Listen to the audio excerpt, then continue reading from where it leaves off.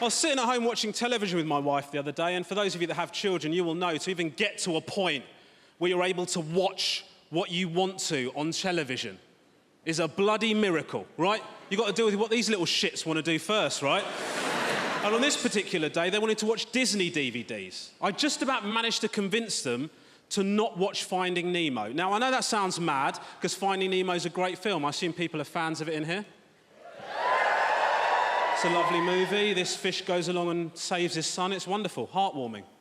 Unfortunately, when you have children, that film is ruined, right? Because I'm watching Finding Nemo now, and I'm thinking to myself, I mean, he told Nemo repeatedly to stop pissing around, right? Because Nemo wouldn't listen. He's got to go dicking across the other side of the world to go and get him.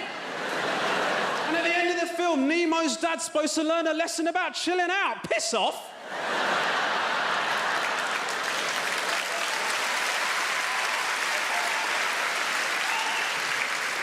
If I was directing that film, Nemo would have got kidnapped, his dad would have gone, I told you, you little prick. Enjoy the fish tank, dickhead. And then the sequel would have been called Grounding Nemo. Anyway, we didn't watch Finding Nemo, we watched Beauty and the Beast. It's a classic. I'm watching this film and I'm thinking, this ain't right either.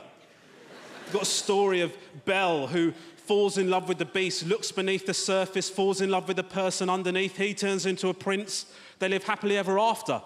I can't help thinking the message from this film seems to be, look beneath the surface, fall in love with the person beneath, and hopefully,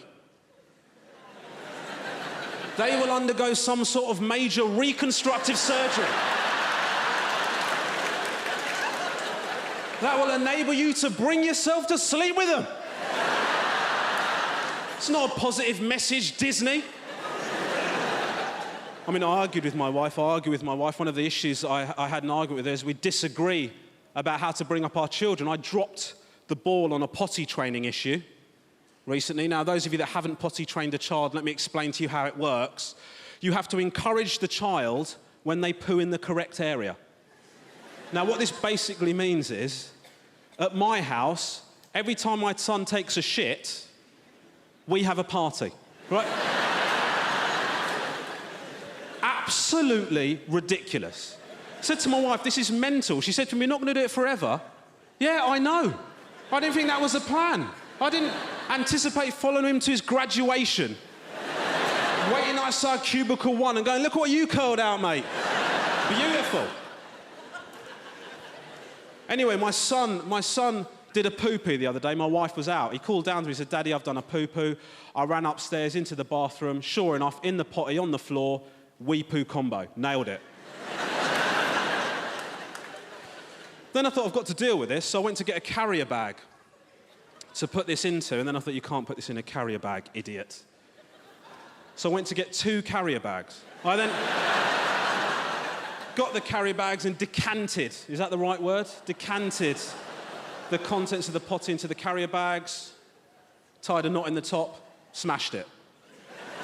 I then phoned my wife to tell her 2 things. Thing number 1, I've just dealt with a situation without your help. How'd you like them apples? Thing number 2, can you get some more carrier bags? It was at that point that my wife suggested to me that maybe the better receptacle for my home sewage project might have been the toilet.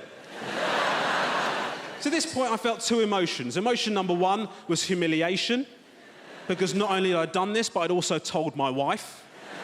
I knew that she was going to go tell her friends. The number of times I've been talking to one of her friends and they've been suppressing a snigger because mouthy McGossip twat has told them something I've got up to.